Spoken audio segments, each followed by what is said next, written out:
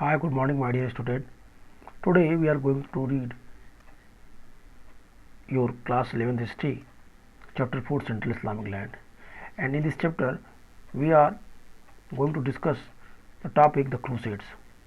If you have watched my previous video, I have discussed about the Crusades and their introductions. Crusades क्यों हुआ, धर्म युद्ध क्यों हुए, इन चीज़ों के बारे में हमने कहा था कि क्रिश्चियन के जो ईसाई लोग थे उन्हें अहल अल किताब कहा जाता था, और ये अहल अल किताब वाले लोग जो एक किताब को मानते थे, न्यू टेस्टामेंट और इंजील, और इनके साथ साथ इनके अपोजिट एक क्रिश्चियन सोसाइटी थी, क्रिश्चियन वर्ग था, मुस्लिम, जो अपने धर्म को प्रमोट कर रहे थे।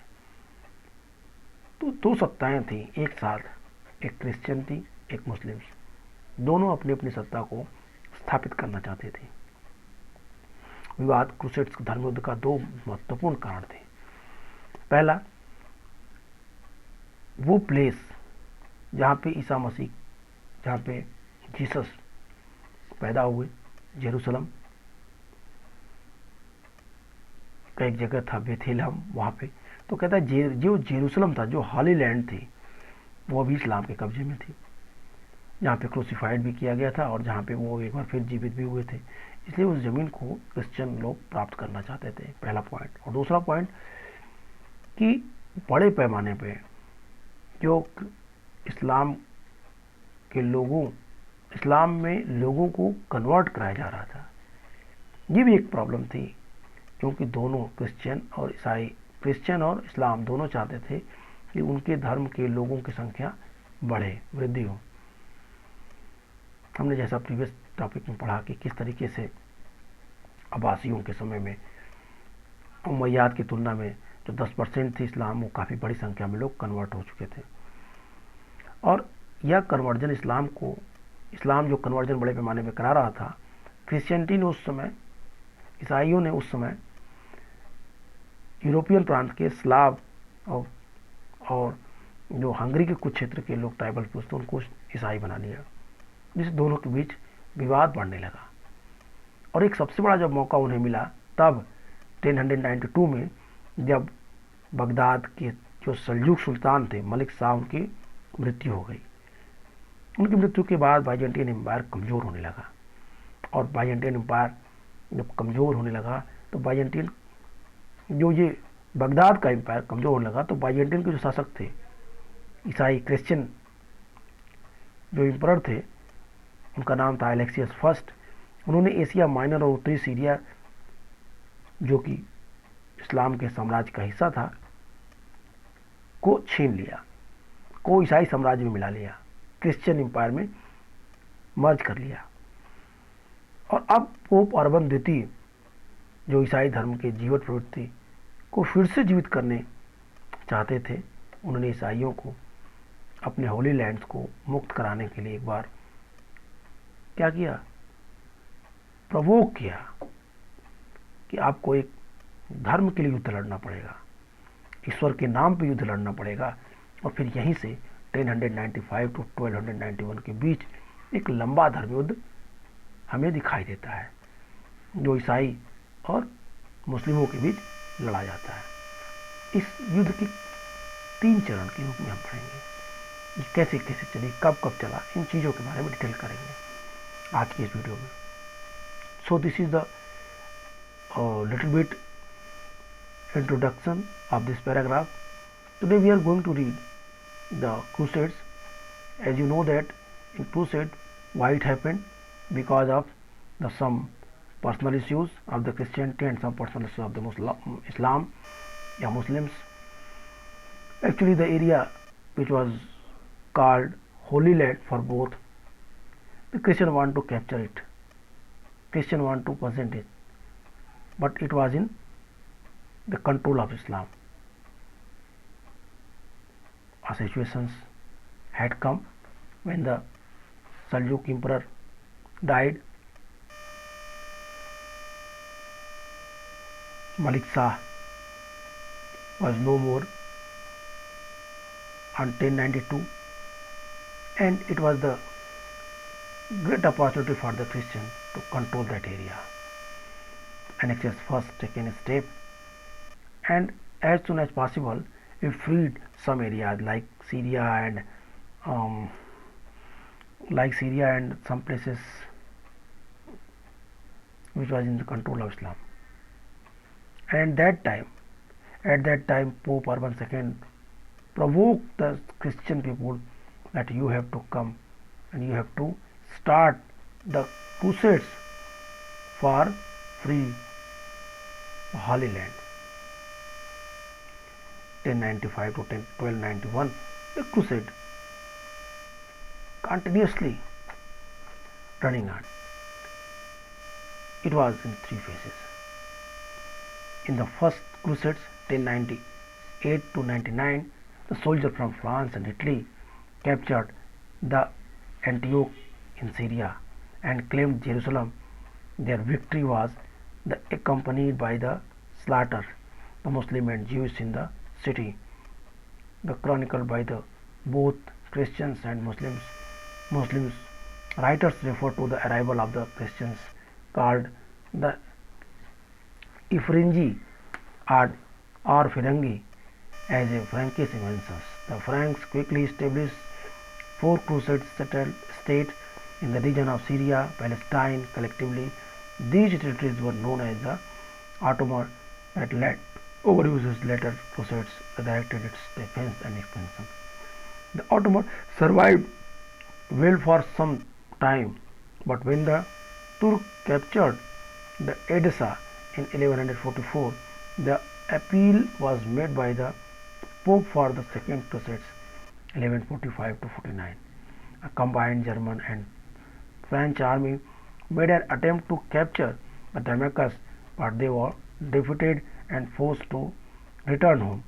After this, there was a gradual rise of the strength of Ottoman crusades. Zeal gave way, living in the luxury and the battles over territory among the Christian rulers. Salah al-Din created an Egypto-Syrian empire and gave the call for jihad or holy war against the Christians and defeated them in 1187. He reigned Jerusalem nearly the century after the first crusades. Records of the time indicate that Salah al-Din, the testament of the Christian population, was human. It marked the contrast of the way in which the Christians had earlier dealt with Muslims and Jews.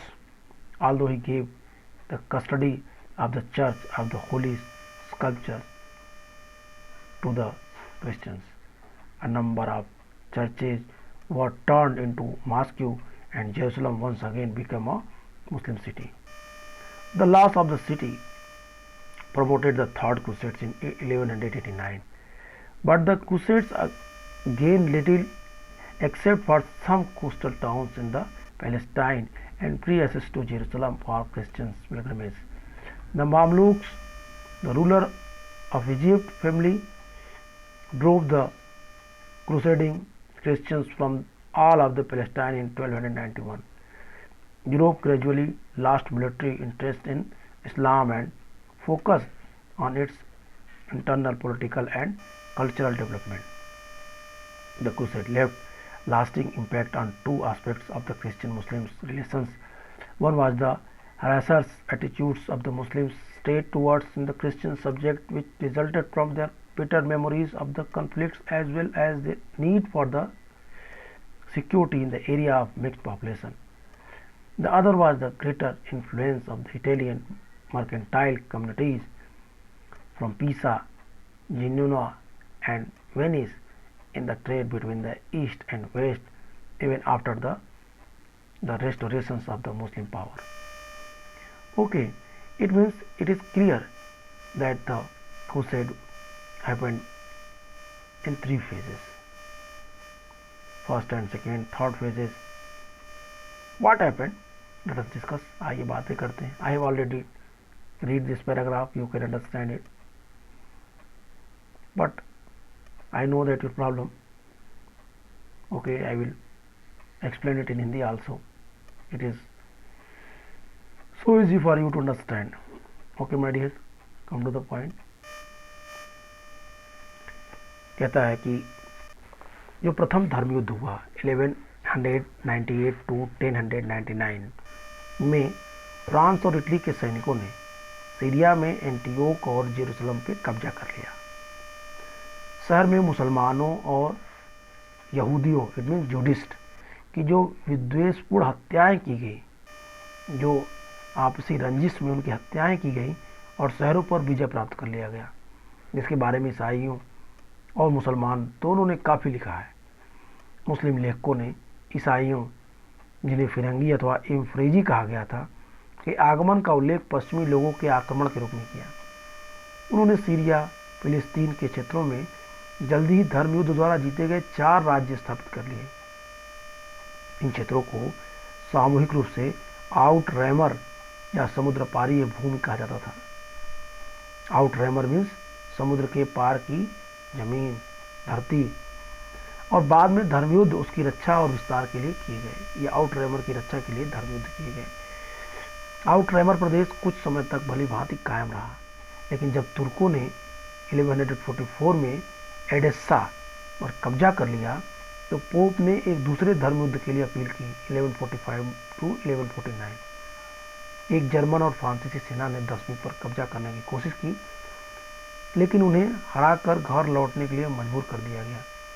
लेकिन जो German सेना थी और फ्रांसीसी सेना से मिलकर जो सेना दसवीं पे कब्जा करने गई थी, उसे इस्लामिक आर्मी से पराजित होना पड़ा. उसके बाद आउटरैमर की शक्ति धीरे धीरे कमजोर होती चली गई, क्षीण होती गई. धर्म युद्ध का जोश भी अब खत्म हो गया और ईसाई शासकों ने विलासिता से जीवन, ग्लैमरस लाइफ जीना शुरू कर दिया.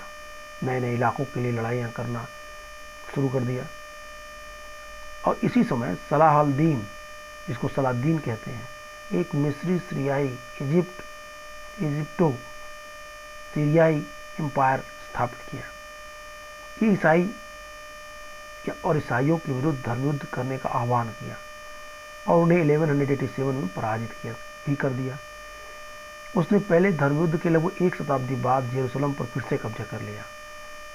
उस समय के अभिलेखों में संकेत मिलता है, क्लियर कट हमें इंडिकेशन मिलता है कि ईसाई लोगों के साथ सलाहल्दीन का व्यवहार दयामय था, काइंडनेस था, जो विशेष रूप से उस तरीके के व्यवहार के विपरीत था जैसा पहले ईसाइयों ने मुसलमानों और यहूदियों के साथ किया था.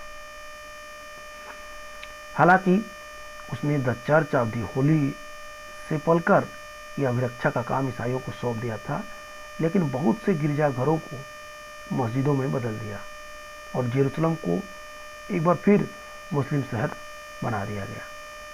इस शहर के छिन्न हो जाने से, इस शहर के टूट जाने से, नष्ट हो जाने से, विखंडित हो जाने से, the loss of the city prompted third crusades in 1189. कहता है इस शहर के छिन्न हो जाने से 1189 में तीसरे धर्मयुद्ध के लिए प्रोत्साहन मिला. लेकिन जो क्रूसेड्स हुआ, धर्मयुद्ध हुआ, ये करने वाले फिलिस्तीन के कुछ तटवर्ती शहरों और ईसाई तीर्थयात्रियों के लिए जेरूसलम में मुक्त रूप से प्रवेश के सिवाय कुछ और प्राप्त नहीं कर सके. जो तीसरा धर्मयुद्ध हुआ, सिर्फ उसका एक ही रिजल्ट मिला और वो रिजल्ट ये था कि जो बाहर के लोग थे वो फिलिस्तीन के इस धार्मिक स्थल, तीर्थ स्थल था जेरूसलम में, वहाँ इनको प्रवेश की अनुमति मिल जाए. इससे ज़्यादा वो और कुछ नहीं प्राप्त कर सके. मिस्र के शासक मामलुकों ने अंततः 1291 में धर्म युद्ध करने वाले सभी ईसाइयों को समूची फिलिस्तीन से बाहर कर दिया. धीरे धीरे यूरोप की इस्लाम में सैनिक दिलचस्पी समाप्त हो गई और उसका ध्यान अपने आंतरिक राजनीतिक और सांस्कृतिक विकास की ओर केंद्रित हो गया.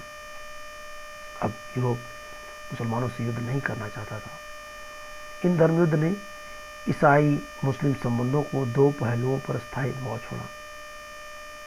ईसाई और मुस्लिमों के जो रिलेशंस थे उनको हाईली इफेक्ट किया. उनमें से एक था मुस्लिम राज्य को अपने ईसाई प्रजाजनों की ओर कठोर रुख. मुस्लिम राज्यों का ईसाइयों के प्रति जो कठोर रुख था वो जो लड़ाइयों की यादों और मिलीजुली आबादी वाले इलाकों में सुरक्षा की ज़रूरतों का परिणाम था. और दूसरा था मुस्लिम सत्ता की बहाली के बाद भी पूर्व और पश्चिम के बीच व्यापार में इटली के व्यापारियों समुदायों जैसे पीसा, जेनेवा और वेनिस का अधिक प्रभाव। कहता है कि इस धर्मयुद्ध ने मुस्लिम और ईसाइयों के संबंध पर दो महत्वपूर्ण प्रभाव छोड़े। एक ये कि दोनों में, मुस्लिम्स और ईसाइयों में, एक वैमनस्यता प्रॉपर बनी रही जो उन लड़ाइयों की कड़वी यादों से मिली जुली थी जो जेरूसलम की स्थापना या उनकी सुरक्षा के संबंध में थी। और दूसरा जो व्यापार से संबंधित थे। इटली के व्यापारिक समुदायों पीसा, जेनेवा और वेनिस का इन पे अधिक प्रभाव था। अब इसके बाद हम नेक्स्ट टॉपिक की तरफ देखेंगे। Next topic I think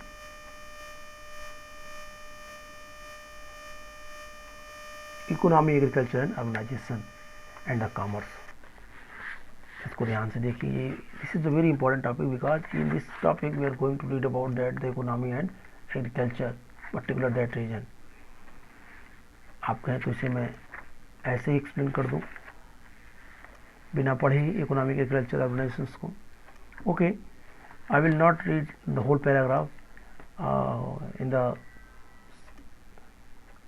little bit where I feel that it is important to explain the paragraph. I feel that this paragraph is difficult to understand. I will read English. Agriculture was the principle of occupation of the settled populations in the newly conquered territories in Islamic State. Made a change in third land. Land was owned by the big, small peasants and in some cases by the state in the Iraq and Iran. Land existed in fairly large units cultivated peasants. The state owners collected tax on the behalf of the state during the Sasanian as well the Islamic periods in the area that had moved from the pastoral to settled agriculture system. Land was in the common property of the village. Finally, big estates that were abandoned by their owner after the Islamic conquest were acquired by the state and they handed over mainly the Muslim elites of the empire, particular member of the Khalifa's family.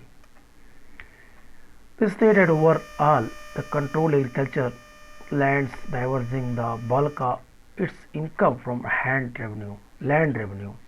Once the conquest were over, the land conquered by the Arabs and remained in the hand of the owners was subject to tax, the kharaj, which virtual from the half of the fifth of the produce according to the condition of the cultivation on land held or cultivated by the Muslims. The tax levied was 1/10 usurps of the produce. When non-Muslims started to convert Islam, pay lower taxes, this reduced in the income of the state to address the shortfall of the Caliphs. First discouraged conversion and the later adopted the uniform policy of the taxation. From the 10th century onwards, the state authorities, its officials to claim their salaries from the agriculture revenue from territories called Iqta revenue assignments. Agriculture prosperity went hand in the hand with the political stability in many areas, especially in the Nile Valley. The state supported the irrigation system, that constructions of dams and canals and the digging of wells. Equipped with the weather wheels or noria, all which were the crucial for the good harvest. Islamic law gave tax concession of the people who brought land under the cultivations through the peasants' initiative and state support. The cultivatable land expanded and the productivity rose even in the absence of major technology changes of many new crops such as cotton, orange, bananas, watermelon, spinach and the brinjals were grown and even exported to Europe. Islamic civilizations flourished as the number of the cities grew. The phenomenally many of the cities were founded mainly of the settled Arab soldiers who formed the backbone of the local administrations. Among this class of the aggressive cities called the Misr. Misr, the Arabic name for the Egypt, were Kufa and Basra in Iraq, and Fustat and Cairo in Egypt. Within half the century, its establishment as the capital of the Abbasid Khalifa 800, the population of Baghdad had reached about around 1 million. The alongside these cities were older towns such as Damascus, Isfahan, and Samarkand, which received a new lease of life. Their size and population, the surge, the supported by an expansion in the production of the food grains and raw materials such as the cotton and sugar for the urban manufacturers. A vast urban network developed, linking on the town with another and formatting circuits. Okay, let's discuss this point. कहता है कि जो नए जीते गए क्षेत्र में बसे हुए लोग थे, इट मीन्स आप यहाँ से देखिए शुरुआत से कहता है agriculture was the principal occupation of the settled population in the newly conquered territories. नए जीते गए क्षेत्रों में बसे हुए लोगों के प्रमुख व्यवसाय कृषि थे। इस्लामी राज्य में इसमें कोई परिवर्तन नहीं किया। जमीन के मालिक बड़े और छोटे किसान थे, कहीं कहीं राज्य भी था। इराक और ईरान में ज़मीन काफ़ी बड़ी इकाइयों में बटी हुई थी, जिनकी खेती किसानों द्वारा की जाती थी। सासानी और इस्लामी कालों में संपदा स्वामी राज्य की ओर से कर एकत्र करते थे। इट मीन्स कि इस्लाम के लोग, जो इस्लाम के द्वारा अपॉइंटेड जनरल्स थे, वो लोग टैक्स वसूल करते थे इस ज़मीन पे। कहता है इन इलाकों में जो चरागाह थी, पशुचारण की स्थिति की ओर आगे बढ़कर स्थिर कृषि व्यवस्था तक पहुंच गए थे। अमीन जमीन गांव की साझी संपत्ति थी। अंत में जो भूमि संपत्तियां इस्लामी विजय के बाद मालिकों द्वारा छोड़ दी गई थी, वे राज्य द्वारा अपने हाथ में ले ली गई थी और साम्राज्य के विशिष्ट वर्ग के मुसलमान को दे दी गई थी, विशेष रूप से खलीफा के परिवार के सदस्यों को। कहता है जो भूमि संपत्तियां इस्लामी विजय के बाद मालिकों द्वारा छोड़ दी गई थी या उनसे छीन ली गई थी, वो जमीन को राज्य अपने हाथ में ले लिया और साम्राज्य के जो महत्वपूर्ण वर्ग के लोग थे, मुसलमानों के जो महत्वपूर्ण वर्ग के लोग थे, जैसे खलीफा के परिवार के सदस्य, उनको वो जमीन दे दी गई। कृषि भूमि का सर्वोपरि नियंत्रण राज्य के हाथ में था, जो विजय का काम पूरा होने पर अपनी अधिकांश आय भू राजस्व से प्राप्त करता था, रेवेन्यू के रूप में प्राप्त करता था। युद्ध के बाद सबसे बड़ा इनकम का स्रोत ये लैंड थी। कहता है अरबों द्वारा जीती गई भूमि जो मालिकों के हाथों में रहती थी, उन्हें उन जमीनों पे खराज लगता था, जो खेती की स्थिति के अनुसार पैदावार के आधे से लेकर उनके 5वें हिस्से के बराबर होता था। मतलब 1/5 to 1/5 के बराबर इनको खराज के रूप में जमीनों की उपज का हिस्सा राज्य को देना पड़ता था। जो जमीन मुसलमानों की मिल्कियत थी अथवा जिसमें उनके द्वारा खेती की जाती थी, उस पर उपज के 10वें हिस्से के बराबर कर लगता था। मुसलमानों की मिल्कियत थी और जिसमें उनके द्वारा खेती की जाती थी, जो पुश्तैनी ज़मीन थी उनके पास, उस पर अगर कोई खेती करता था, उसका 1/10 वो स्टेट को टैक्स के रूप में देता था। जब गैर मुसलमान कम कर देने के उद्देश्य से मुसलमान बनने लगे, तो इससे राज्य की आय कम हो गई।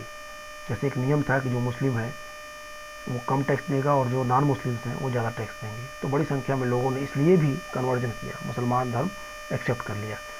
तो कह रहा है कि इससे इनकम कम हुई, और जब इससे इनकम कम हुई तो इस कमी को पूरा करने के लिए खलीफा ने पहले तो धर्मांतरण को निरुत्साहित किया और बाद में टैक्सेशन को एक समान नीति अपनाई। कर अब सबसे बराबर वसूल किए जाएंगे। कहता है 10th सेंचुरी तक आते आते अधिकारियों को अपना वेतन भूमि के कृषि राजस्व से, जिसे इक्ता कहते थे, से प्राप्त होने लगा। अब जो शासन में भागीदारी करते थे, जो लोग ऑफिशियल्स थे, सरकारी कर्मचारी थे या योद्धा थे, उनको वेतन के रूप में नगद वेतन सैलरी न दे करके उनको जमीन का हिस्सा दे दिया जाता था, जिसे इक्ता कहते थे। इक्ता का राजस्व, जमीन का राजस्व दे दिया जाता था। खेती में खुशहाली, राजनीतिक स्थिरता साथ साथ आई। खेती में जो प्रॉस्पेरिटी थी और राज्य में जो प्रॉस्पेरिटी, दोनों एक साथ साथ थी।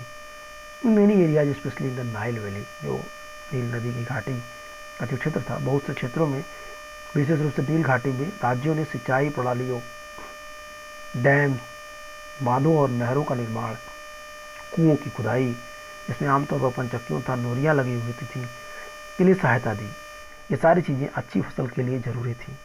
इस्लामिक कानून में इन लोगों को कर में रियायत दी गई जो जमीन को पहली बार खेती में काम लाते थे। किसानों की पहल और राज्य के समर्थन के जरिए खेती योग्य भूमि का विस्तार हुआ और प्रमुख जो टेक्नोलॉजी चेंजेज हुए उसके अभाव में स्थिति में भी उत्पादकता में वृद्धि हुई। प्रौद्योगिकी परिवर्तन के फलस्वरूप उत्पादकता में वृद्धि हुई। बहुत सी नई फसल जैसे कॉटन, कपास, ऑरेंज, संतरा, बनाना, केला, तरबूज, वाटरमेलन, पालक और बैगन की खेती की गई और यूरोप को उनका निर्यात भी किया गया। जैसे जैसे शहरों की संख्या में तेजी से बढ़ोतरी हुई वैसे ही इस्लामी सभ्यता भी फली फूली। बहुत से नए शहरों की स्थापना की गई। इनका उद्देश्य मुख्य रूप से अरब सैनिकों, जिनको झुंड कहते थे, को बसाना था। अरब सैनिकों को स्थापित करने के लिए नए शहरों की स्थापना की जा रही थी जो स्थानीय प्रशासन के रीढ़ थे। इस श्रेणी में या इस श्रेणी के फौजी शहरों में जिन्हें मिस्र कहा जाता था, इजिप्ट का अरबी नाम मिस्र, कूफा और बसरा इराक में, फुस्तात तथा काहिरा मिस्र में, अब्बासी खिलाफत 800 की राजधानी के रूप में अपनी स्थापना के बाद आधी शताब्दी के अंदर बगदाद की जनसंख्या बढ़कर लगभग 10 लाख तक हो गई। इन शहरों के साथ साथ दशमें, इस्फहान और समरकंद जैसे कुछ पुराने शहर जिन्हें नया जीवन मिल गया था, ये भी स्थापित हुए। खाद्यान्नों और शहरी विनिर्माताओं के लिए कच्ची सामग्री, जो खाद्यान्न और शहरी जो निर्माणकर्ता लोग थे उनके लिए जो रॉ मटेरियल्स आती थी, जैसे कपास और चीनी के उत्पादन में वृद्धि की गई। जैसे इन शहरों का आकार उनकी जनसंख्या में बढ़ी। मतलब शहरों को अब गाँवों के ऊपर जो रॉ मटेरियल्स थे उनके ऊपर डिपेंड हुए। वहाँ से गाँव से जो कच्चा सामान, ऐसे कच्चे सामान के रूप में कॉटन, कच्चे सामान के शुगर कैन से बनी हुई चीनी उत्पादन के लिए आती थी और इस तरह से इनका विकास हुआ और ये शहर तेजी से बढ़ने लगे। एक शहर से दूसरे शहर से जुड़ करके इनका कारोबार भी, इनका व्यापार भी काफ़ी बड़े पैमाने बढ़ा। शहर के केंद्र में 2 भवन समूह होते थे। The heart of the city, the 2 buildings complex relating the culture and economic power. कहता है कि शहर के केंद्र के रूप में 2 भवन समूह होते थे जहाँ पर सांस्कृतिक और आर्थिक समूह का प्रसारण होता था। उनमें से एक मस्जिद अल जामी होती थी जहाँ सामूहिक नमाज पढ़ी जाती थी। ये इतनी बड़ी होती थी कि दूर से दिखाई दे सकती थी। और दूसरा भवन समूह केंद्रीय मंडी या सुक था जिसमें दुकानों की कतारें होती थी। व्यापारियों के आवास, फंदूक और सर्राफ का कार्यालय होता था। शहर प्रशासकों, जो राज्य के आयन अथवा नेता थे, और विद्वानों और व्यापारियों, तुज्जर के लिए घर होते थे जो केंद्र के निकट होते थे। सामान्य नागरिकों और सैनिकों के रहने के लिए क्वार्टर बाहरी घेरे में होते थे और प्रत्येक में अपनी मस्जिद, गिरजाघर अथवा सिनेगोग, यहूदी प्रार्थना घर, छोटी मंडी और सार्वजनिक स्नानघर, हमाम और एक महत्वपूर्ण सभा स्थल होता था। कह रहा शहर प्रशासक और विद्वान व्यापारियों के लिए घर होते थे जो केंद्र के निकट थे। सामान्य नागरिकों और सैनिकों के रहने के लिए क्वार्टर बाहरी घेरे में होते थे। आंतरिक घेरे में तो ये लोग थे जो विद्वान थे और नगर प्रशासक थे। बाहरी घेरे में सामान्य लोग रहते थे और बाहरी घेरे में भी मस्जिद, गिरजाघर अथवा सिनेगोग, छोटी मंडी, सार्वजनिक स्नानघर, महत्वपूर्ण सभास्थल होता था। शहर के बाहरी इलाके में शहरी गरीबों के मकान, देहातों से लाई जाने वाली हरी सब्जियां और फलों के लिए बाजार, काफिलों के ठिकाने और अस्वच्छ दुकान जैसे चमड़ा साफ करने और रंगने की दुकान, कसाई की दुकान होती थी।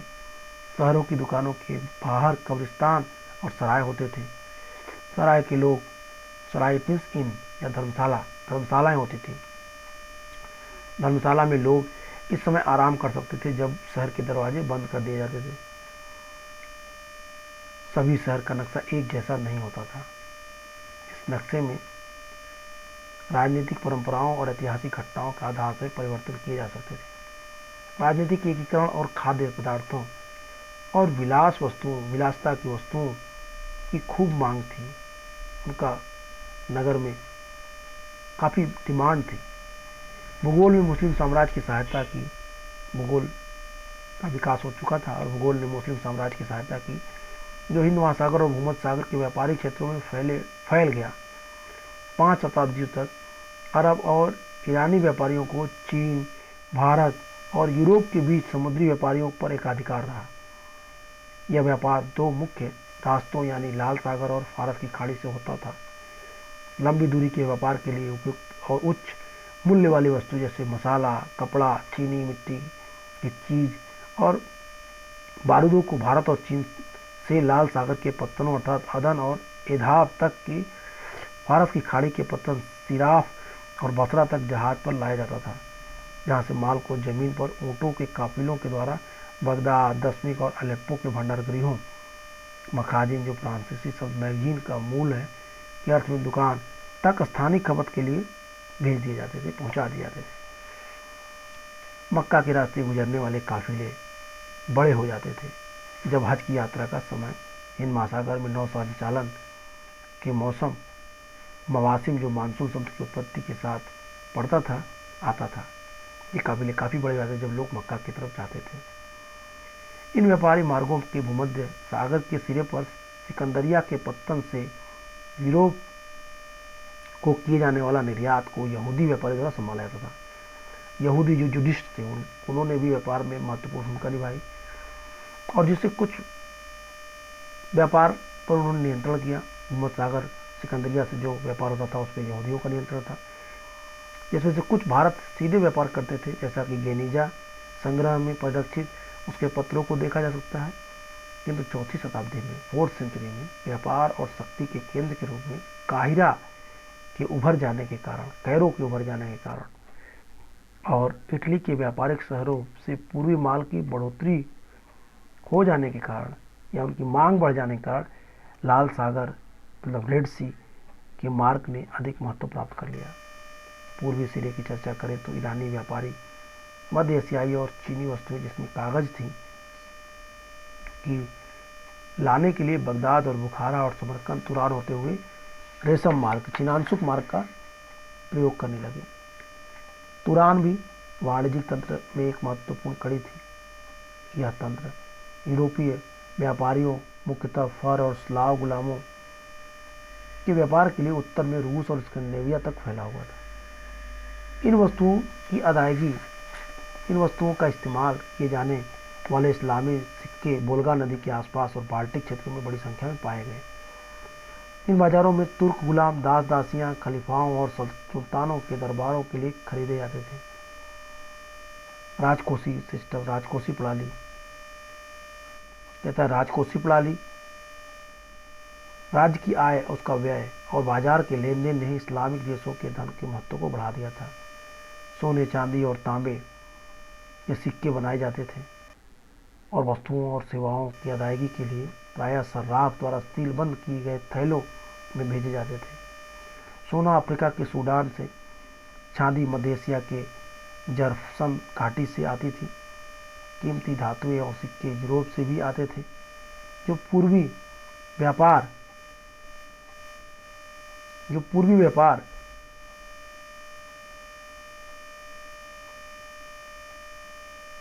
और वस्तुओं को खरीदने के लिए यूरोप अदा करता था।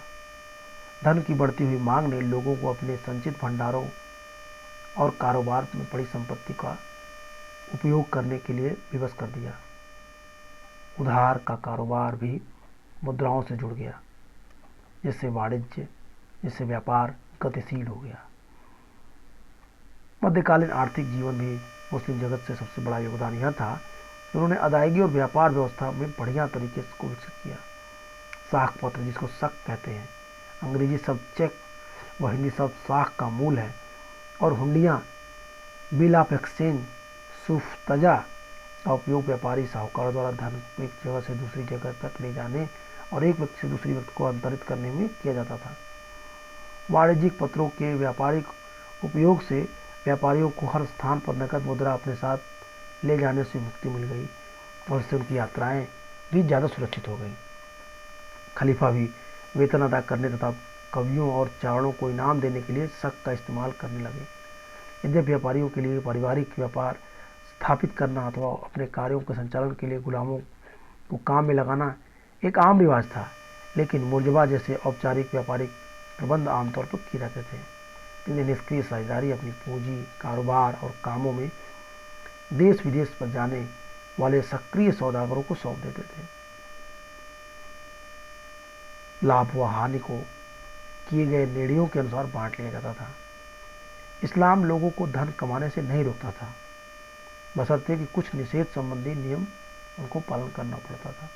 उदाहरण के लिए ब्याज पे पैसा लेना, लेन देन करना, जिसे रिबा कहा गया, गैर कानूनी कहा गया।